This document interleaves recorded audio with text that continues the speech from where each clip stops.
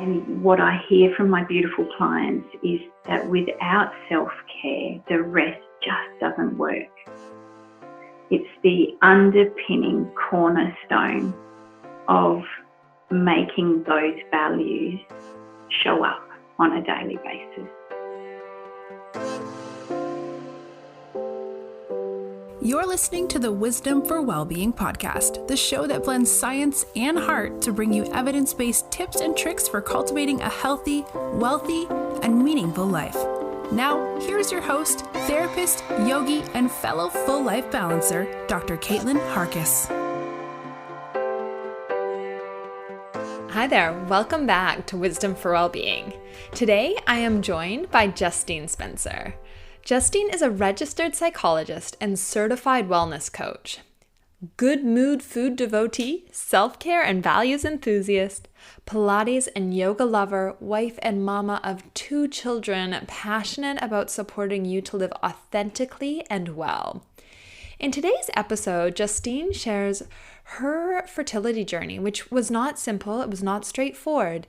And in fact, that's actually what prompted her to move into the space of wellness coaching. I think her vulnerability and her honesty in this journey is very relatable, even if you have not gone through a fertility journey yourself.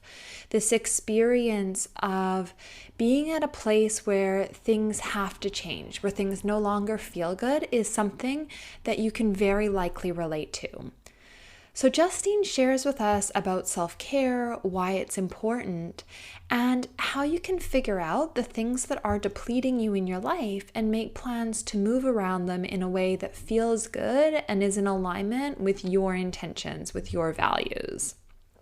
And just a little bit of context, the timing of this interview is such that it was recorded when the toilet paper was flying off of the shelves, when there was this real uncertainty and fear pandemic happening in the face of coronavirus.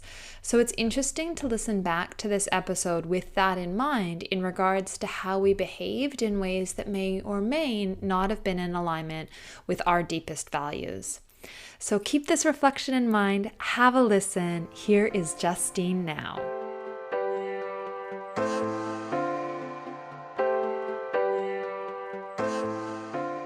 Hi, Justine. Welcome to the Wisdom for Wellbeing podcast. I am so delighted to have you on here today. It is so lovely to be with you. Thank you for having me. Oh, it's my delight. And I guess, we've connected over a lot of the work that you've done around self-care in particular, and that's what we'll be discussing about today. And I guess as we're sitting down to have this conversation, it is the time where, our world is seeing a pandemic that, we've never seen before. Our parents have never seen before. So we were thinking, if it's still okay with you, that we might talk a little bit about how keeping ourselves emotionally well in this time fits in with the concept of self-care too. And what better time to do that than right now? Exactly.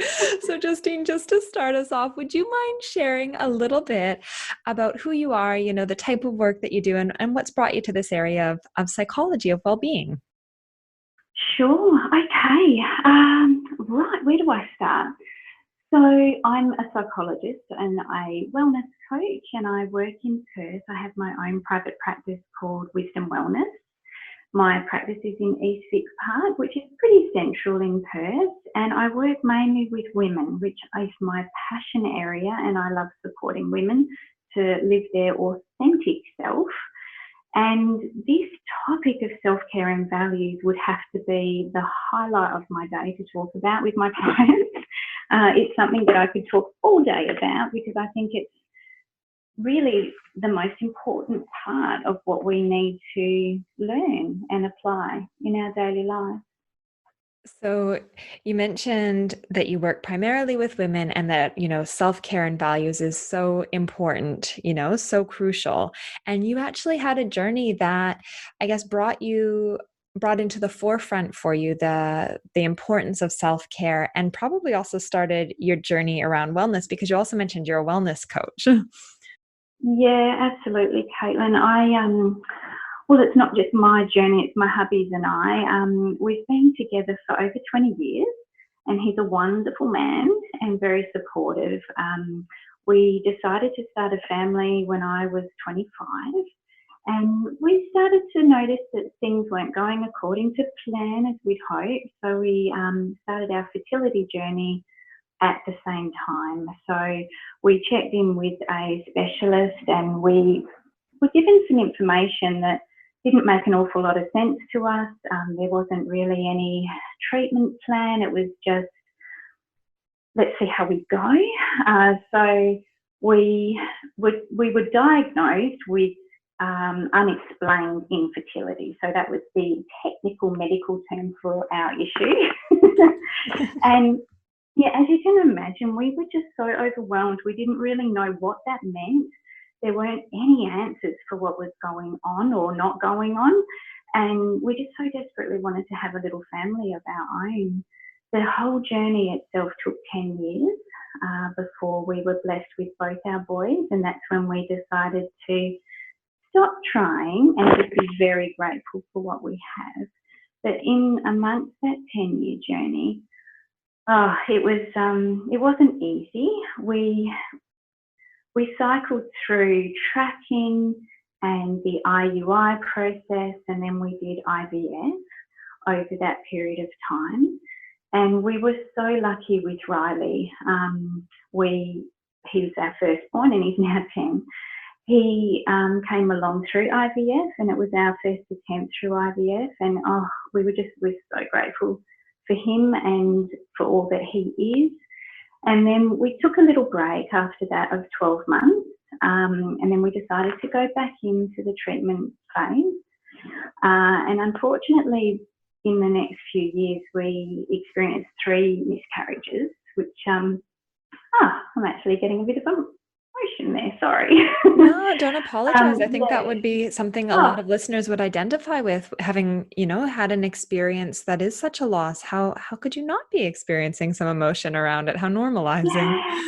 Yeah, so true, Caitlin. I think it's something that I think we'll talk about it actually a bit more as we go around self-care, but we were literally on a treadmill for all of that time.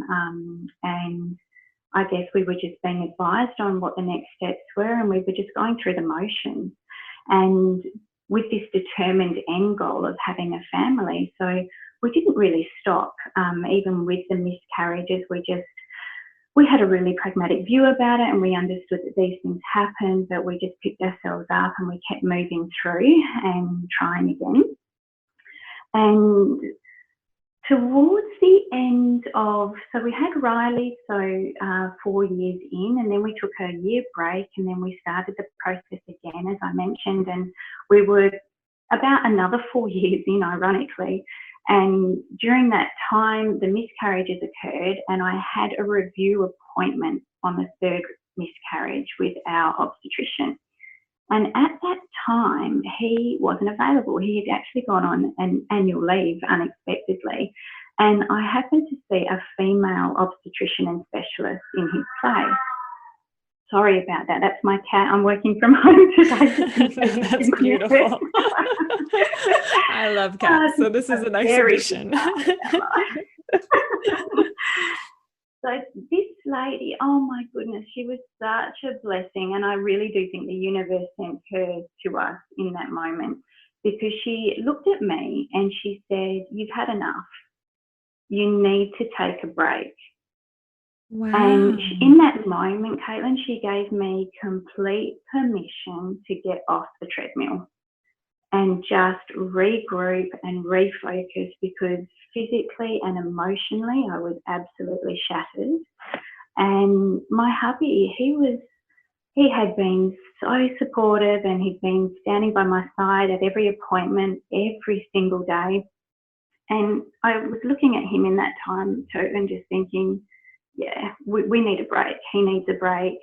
He was finding it really hard watching me go through this, because he felt really helpless, and he couldn't do anything in that moment. So we actually decided that day just to take a break, and we thought, well, if we return, we return, and if we don't, then we'll be okay. But the biggest shift, I think, was in the weeks afterwards.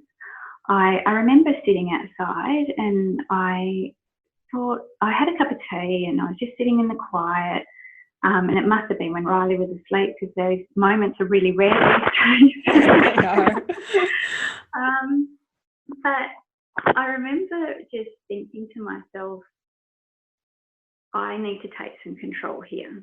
I need to do something for me here rather than depend on a medical system. And they were wonderful, and without their help we would not have had Riley. But with the space that I was in, 6, 7, 8 years down the track, I was so exhausted that I knew that that had to be my primary focus, if that makes sense.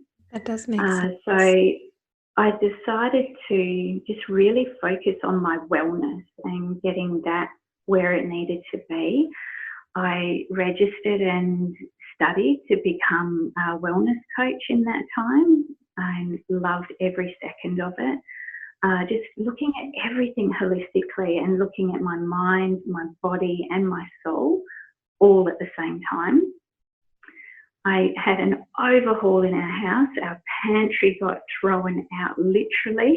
I detoxed every centimetre in our home. My hubby thought I had gone completely insane. And we live pretty chemical free in the house now. We're not perfect, but we do the best that we can.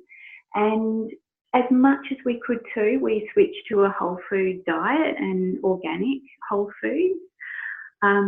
Exercise, I lost nearly 10 kilos in that space of time after we decided to stop IVF, because during the treatment I put on a lot of weight, which had done nothing for my own self-esteem either. I really felt just not myself at all. And then about 6 months later, we actually fell pregnant naturally with our second little guy. What a joy. And what a real, I mean, obviously it's miracles in both cases with Riley and with your second, but how amazing to have been diagnosed with infertility and then to fall pregnant naturally. Yeah, I honestly, I probably don't really sit and reflect on it too much, and don't hold space for it enough to really consider our journey. And it's in moments like this that when I actually do speak about it, I think, my goodness, like, it was a really rough ride, but there were so many blessings and so many lessons throughout every step.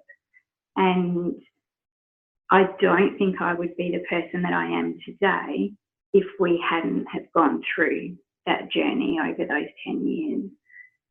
And our boys, you're right, they're both absolute little miracles, despite whichever way they came into the world, they're both miracles. And yeah, it's amazing what medicine can provide and the value in just really honouring yourself and getting back to wellness as well.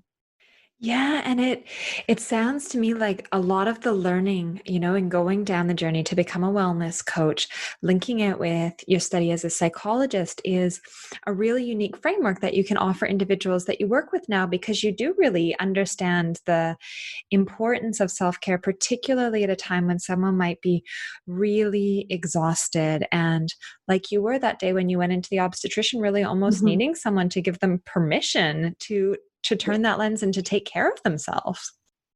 Yeah, absolutely. And I think that's, I'd always had an interest in psychology, and I knew that it's what I wanted to be from the age of 13.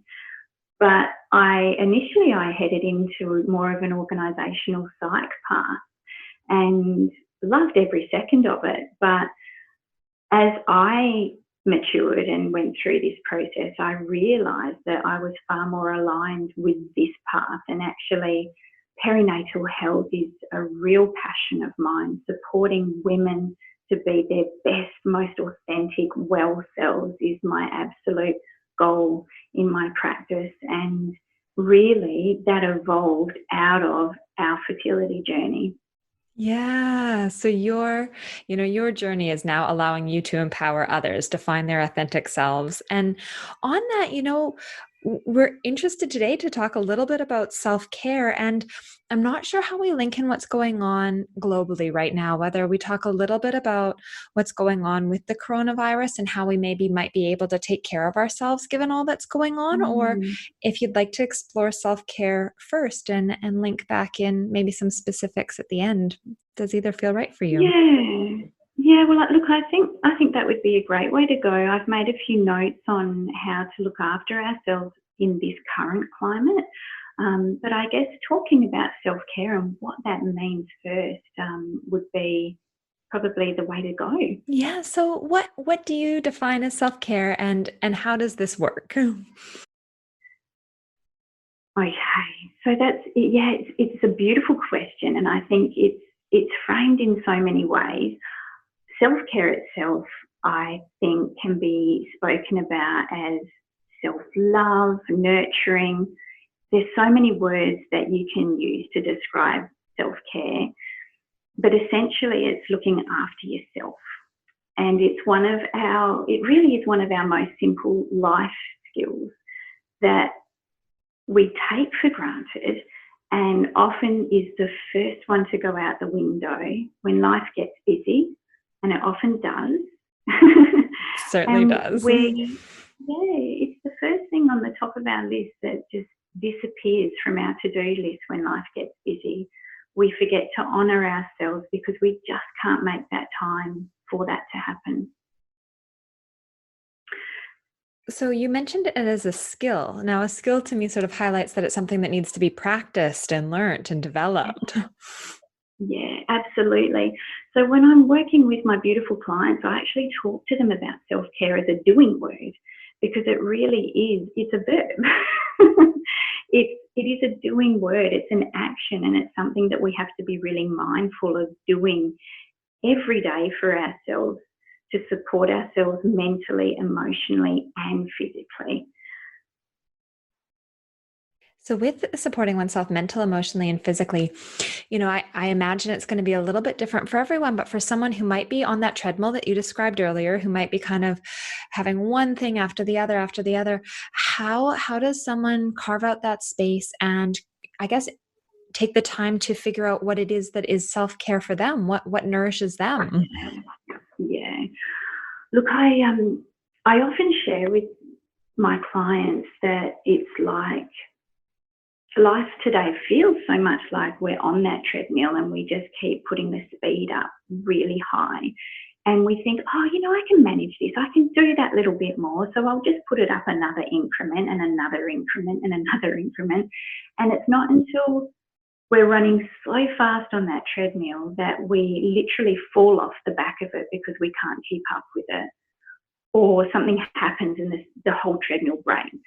And it's when that happens that we sit back and we go, oh, I've not been looking after myself and I actually need to start doing that again, which is exactly where I was. And I totally understand what that feels like because we just get caught up in our day-to-day and our to-do list. So I think it's really important to reconnect with what brings a smile to your face and lights you up and makes you feel really good on the inside. Those moments when you do something and it might not have been something that you've done since you were a child, like a cartwheel in the backyard, if you can still do them, or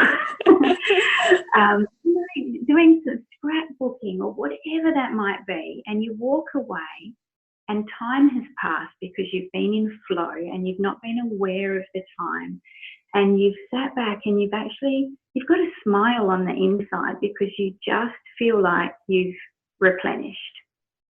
That's a really beautiful way of describing it, that it's like a felt sense, that smile on the inside and that replenishment.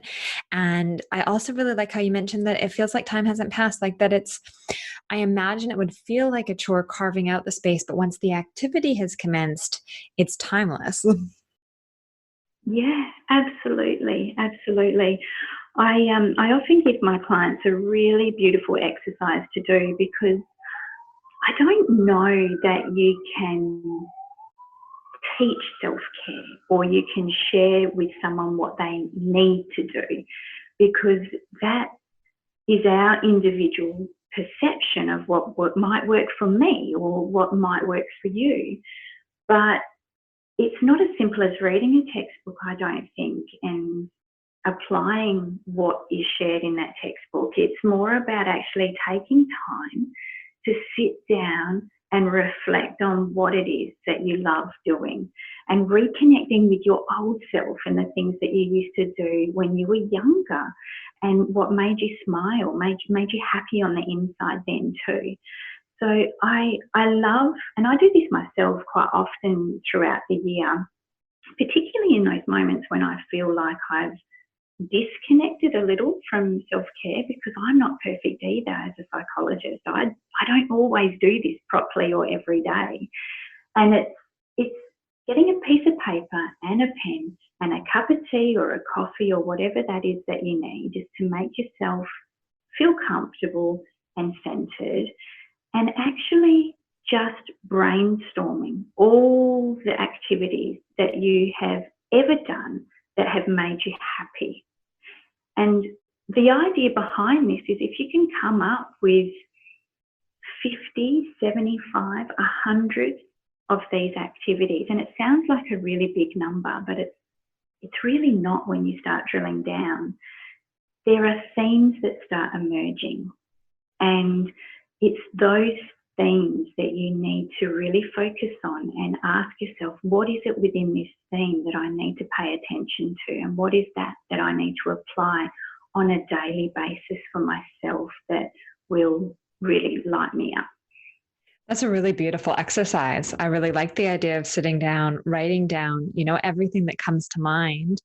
And then what would someone do? Like maybe circle certain themes or kind of group them to kind of get a bit of an idea of their, and I'm saying in quotation marks here, individual prescription, so to speak.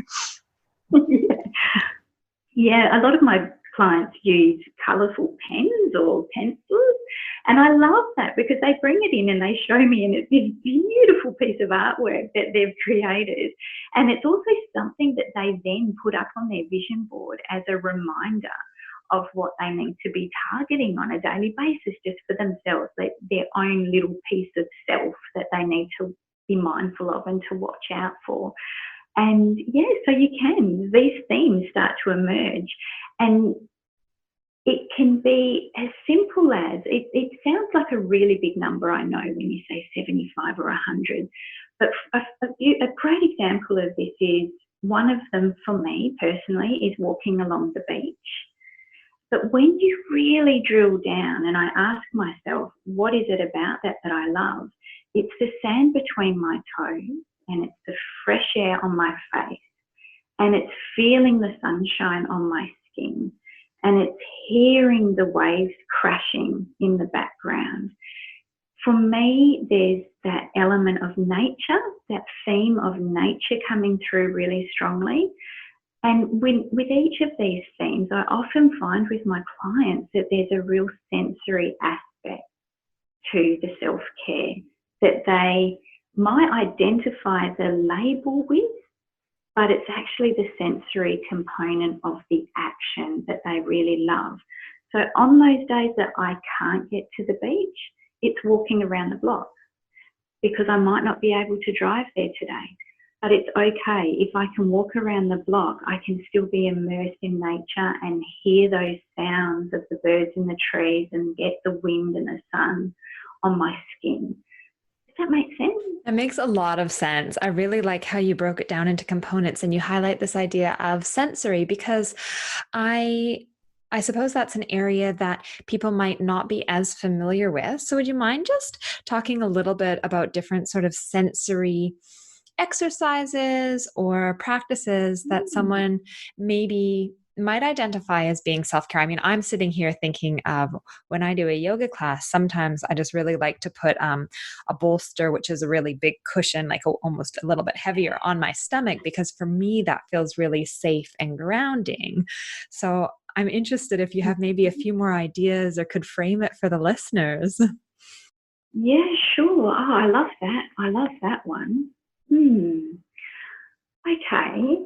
So An example of being out in nature for me would be picking up a stone and holding that and actually being really mindful of being connected with something from the earth. Or actually just stepping outside and being barefoot in the grass and actually noticing the dampness and noticing the prickliness and seeing the greenness in the lawn. And I know this probably sounds crazy, all of these little things, but when we do that, we get absorbed in the flow of the activity and the noticing aspect of what we're doing rather than the busyness in our head of what we should be doing.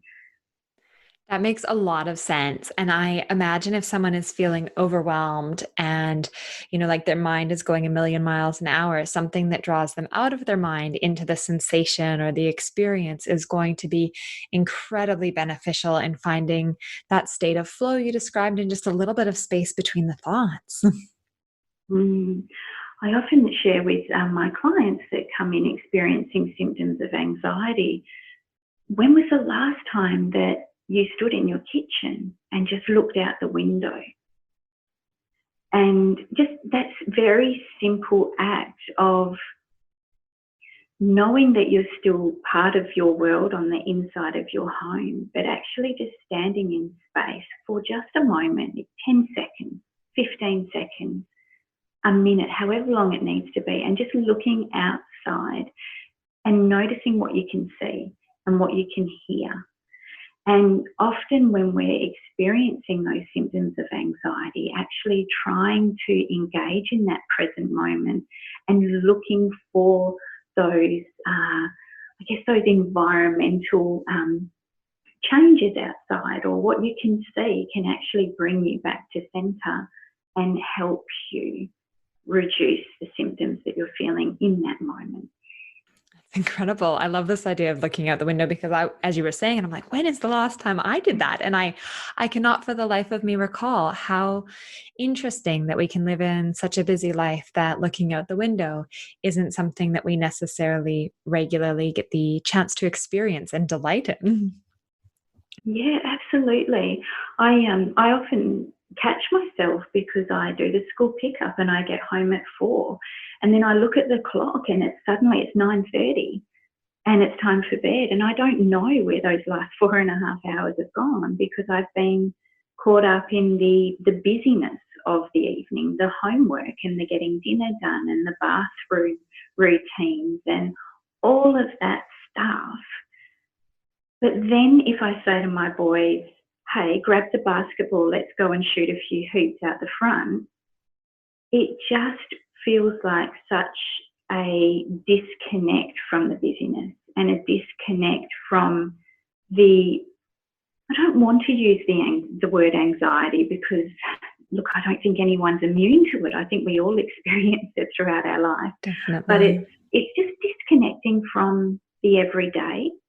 Mm-hmm. And the to-do list, and actually just enjoying and getting outside if that's your self-care, or sitting down and listening to music if that's your self-care, but giving yourself that word permission again to actually just disconnect for a few minutes. It doesn't even need to be a long period of time, and it doesn't need to be something that's expensive either. And I loved when you talked earlier about the vision board. Like this could be a prompt for someone in regards to engaging in self-care, because a vision board is often something that's prominently displayed, be it in one's bedroom or office or wherever it needs to be.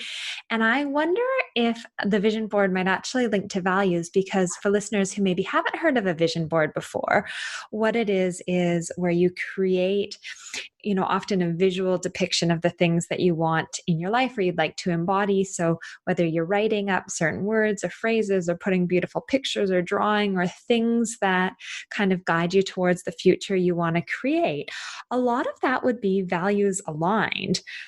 Is that sort of an okay summary of a vision board? Yeah, absolutely. Yeah. That's perfectly put. Okay. So then if we think of values from there, would you mind just sharing with us what values are and maybe how we could gain some clarity around this? Yeah, absolutely. I love that you've raised this because when we talk about self-care, they're our doing words. It's a verb really about our daily functioning and being our best self.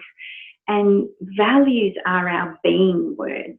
They're our intuition. They're our guiding lights that direct us forward, and they help us tap into the decisions that we need to make for ourselves. And so, for example, if we come up against a decision in life, we can tap into those values and ask ourselves, does this serve me? Does this serve my purpose in life? And does it connect with my values? Will my values be met in the decision that I make here?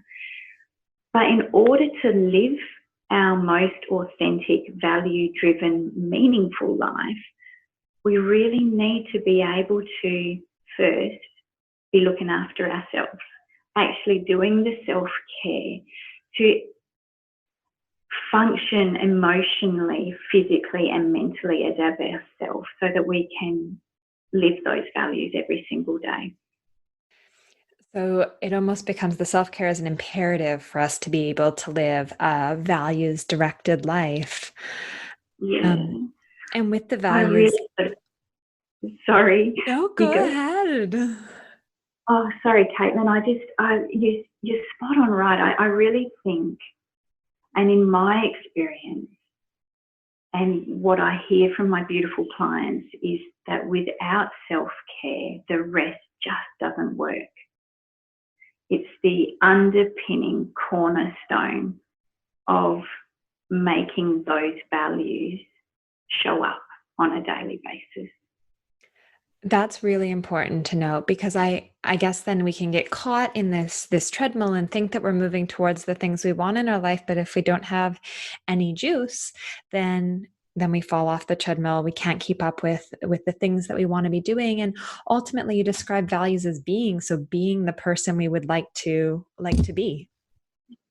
Absolutely. It's like, not to use another analogy, or another cliche, but it's like when we get a full tank of petrol in our car and we drive and we just keep driving, eventually that runs empty. And if we think of the fuel as the self-care and the car as the value, then without the fuel, we can't keep the car going. Yeah. So we need to stop. We need to check in with the petrol station. We need to fuel up and fill our cup up and do all of those things so that we can actually live aligned in a meaningful life. And a meaningful life is a values-driven life. So someone maybe putting a picture of a car on their vision board wouldn't go astray. Maybe. I know when I talk about this, a lot of my clients just look at me and go, oh, Justine, and they roll their eyes, but then they have a giggle and say, it makes sense. It does, doesn't it? And I guess around that, so in regards to cultivating the time maybe to sit down and reflect on self-care and sort of doing the list that you suggested, would this be a time where someone could sit down and explore what values are? And do you have a little bit more direction if someone was going to start listing out values as to how they might be conceptualized? You know, you mentioned they were being words. Absolutely. So likewise, I also share with my clients that, I mean, there are so many values inventories that you can do online, and there is one that I use that I can share with you if you would like to load and pop up for your listeners. That's not a problem. Put it in the show notes. That would be fantastic, and we can obviously link to all of the work you're doing as well there. No problem. But very much in the same way, it's around exploring the being words. So if you close your eyes and you think of yourself living your best self, authentically you, not showing up to be anybody else but just you, asking yourself, what are your words that define you? Can you come up with 3? I think for me, one of them is probably around constantly seeking knowledge. I really like learning. So I suppose in the sense of being, if I'm engaged in something, learning something new, that for me has a bit of a timeless quality. I think for me as well, being able to show up in a manner that's very compassionate is important. So being able to Beautiful. have the space to be able to really connect in and empathize and to behave according to that. And I think another thing that is also really important for me is, I guess, in terms of how I link in with different communities. And I know that compassion might kind of align with that, but I think it's also building networks and sharing becomes something I'd like to embody. And I think that's where my health drive comes in. So it's all kind of linked for me there.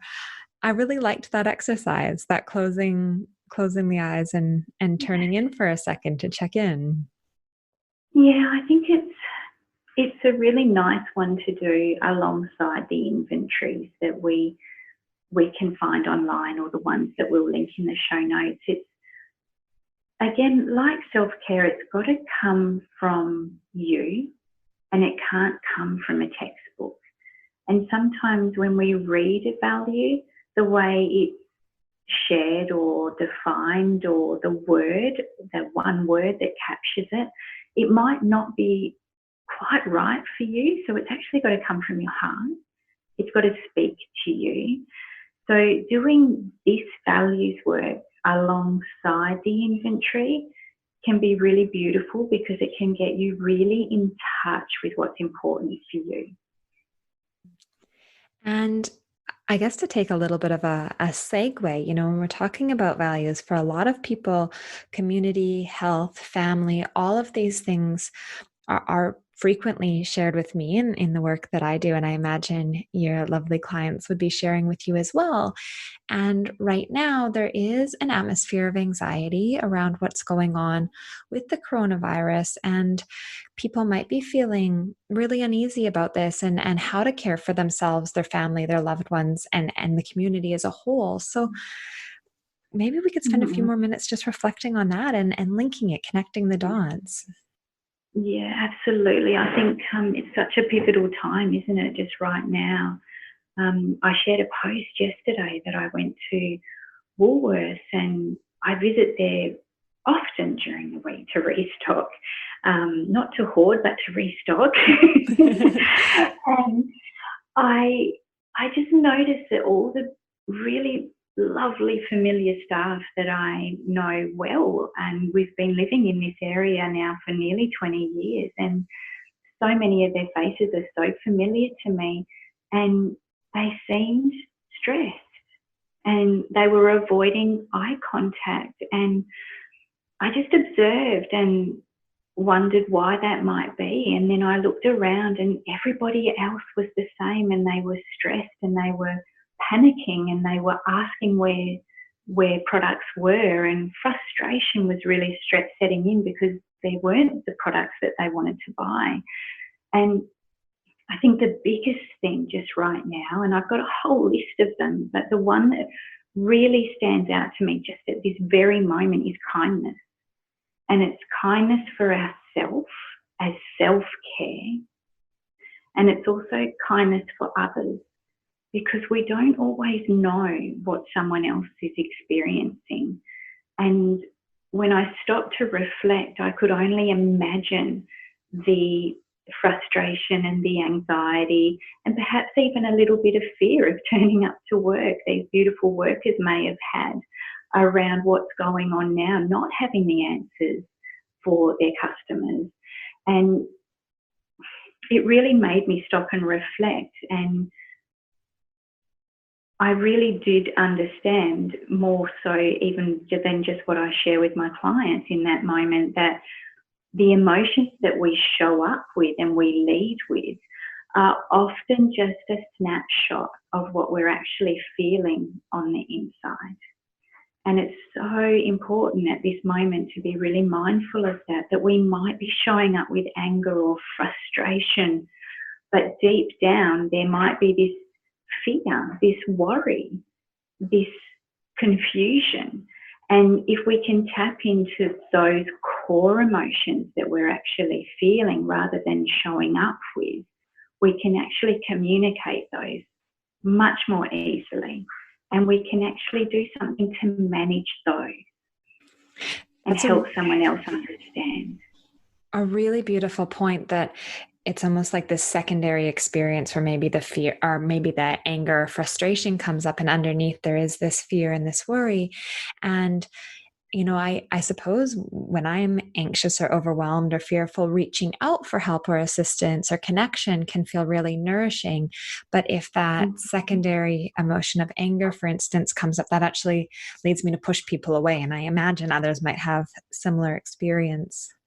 Wow, absolutely. And I notice that I do the same too. When I'm feeling fearful or anxious, it's really natural and very normal for me to recluse and go inward or project outward in other ways, in frustration, like the dishes aren't done. Oh, that's a catastrophe.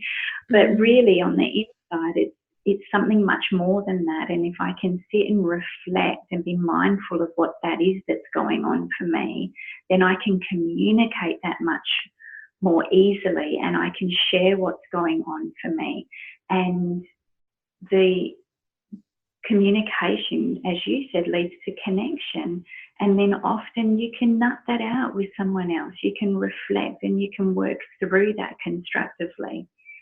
How do you think, and this is just ideas, but how do you think we could support listeners to more effectively nourish themselves through this period, but also to show up in such a way that maybe we can find some connection? Maybe we can make eye contact or a soft glance or a gaze at Woolworths, rather than all of us with our heads down trying to get our stock and almost feeling angry towards each other when we're really all suffering in this together.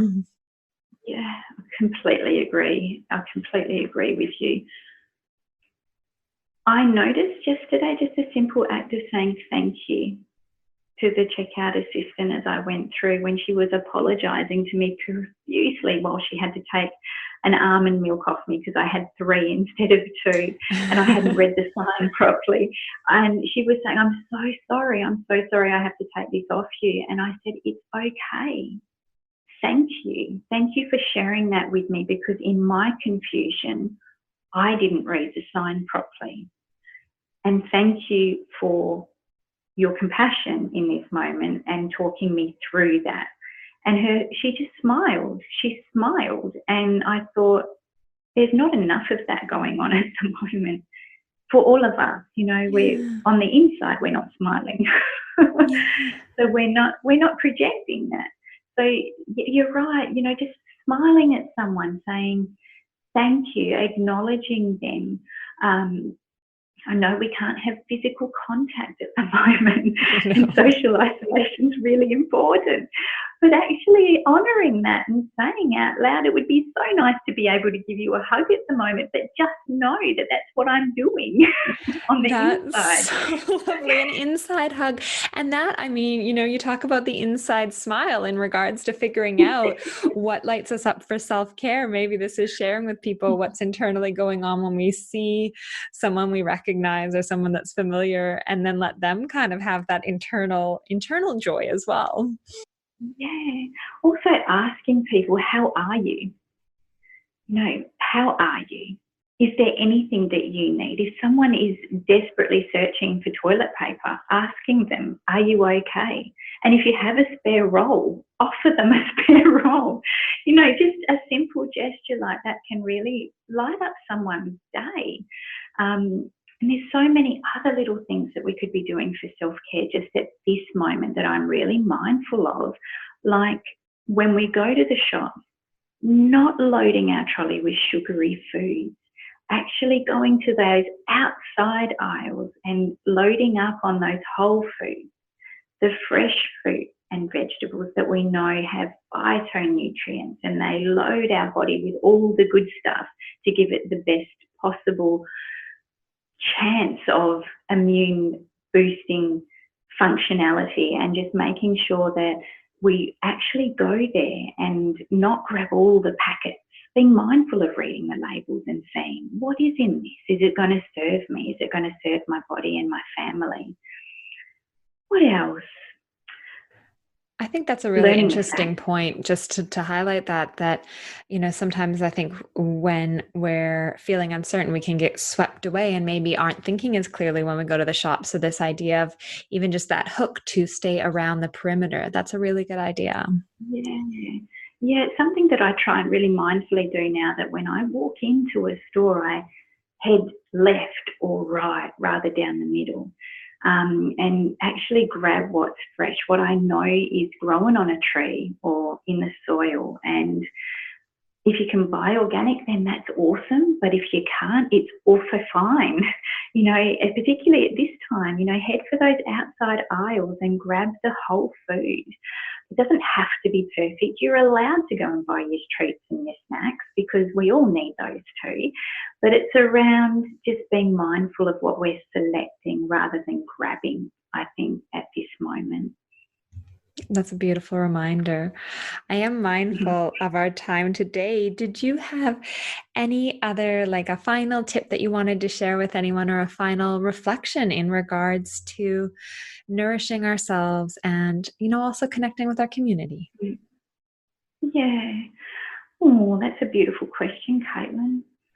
I think the most important thing just to share as we head off today is just in the current climate, just to learn the facts and not do the social media scrolling or being hooked by the headlines, and just being really mindful of knowing what those facts are rather than being caught up in stress and anxiety and fear.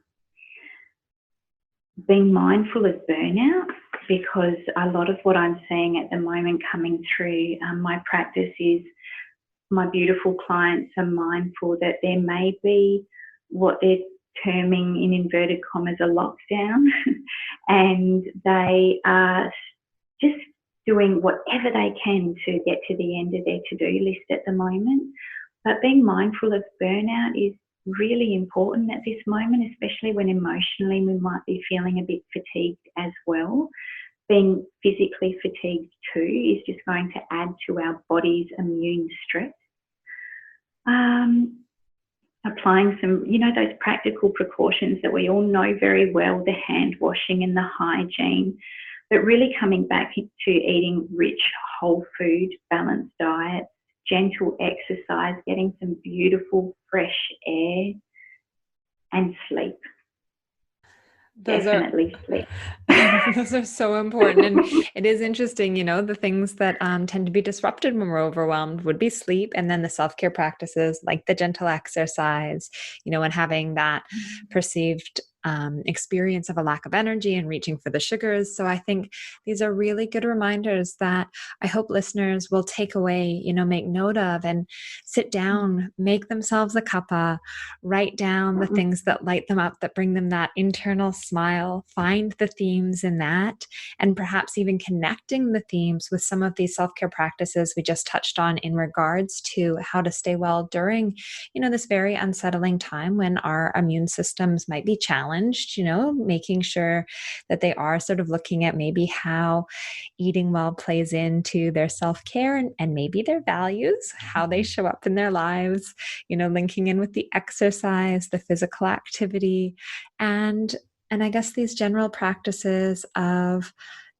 sleep hygiene, and trying to create environments that are conducive to sleep. Maybe not reading those headlines on social media that are so panic inducing before bed, getting quality sources of media, and taking some slow time before they head off to sleep. Maybe looking at their vision board. Yeah, absolutely. I hope that inspires someone to look at creating their own vision board, because it's such a beautiful thing to do for yourself, and a beautiful reminder on a daily basis of who you are and what you're driven by and what your values are and how you want to show up in the world. There's one little quote that I can leave you with that I share with all of my clients around self-care. It's that we have to make me time for the we time. I love that. Make me time for the we time. So, listeners, please head to the show notes, and there you will be able to find links to the values inventory that Justin's kindly offered to share with us, as well as her private practice website, which is, just for listeners in case they want to Google it right away, wisdomwellness.com.au. And you're also on Instagram and on Facebook. And I will, of course, have links because I imagine people who might have questions around self-care, but also, in regards to the health coaching you do, could reach out to you on those platforms. Does that sound okay? Oh, absolutely. That's no problem at all. If there are any questions, I'm happy to answer them. Beautiful. Well, Justine, have a lovely afternoon. Enjoy the time with your boys, perhaps shooting some hoops of basketball. And thank you so much for joining us on Wisdom for Wellbeing. Thank you so much for having me. It's been a beautiful, beautiful chat. Thanks, Caitlin.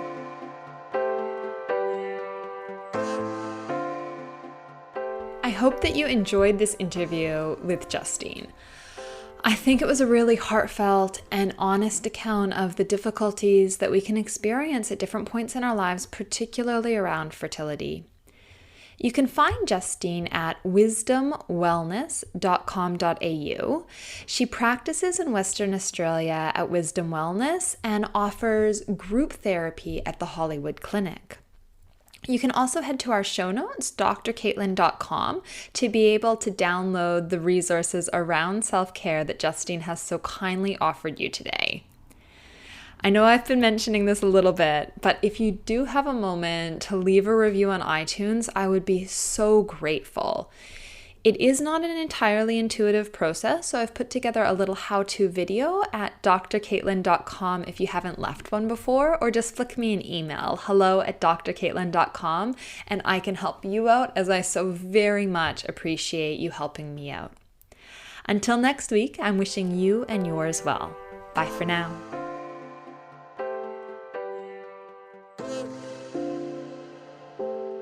Thanks for joining us this week on the Wisdom for Wellbeing podcast. Please visit drcaitlin.com to connect, find show notes, other episodes, and to subscribe. While you're at it, if you find value in the show, we'd appreciate a rating, or perhaps simply tell a friend about the show. Wisdom for Wellbeing is not a substitute for professional, individualized mental health treatment. If you are in crisis, please contact 000, your local emergency number if you are outside of Australia, or attend your local hospital ED.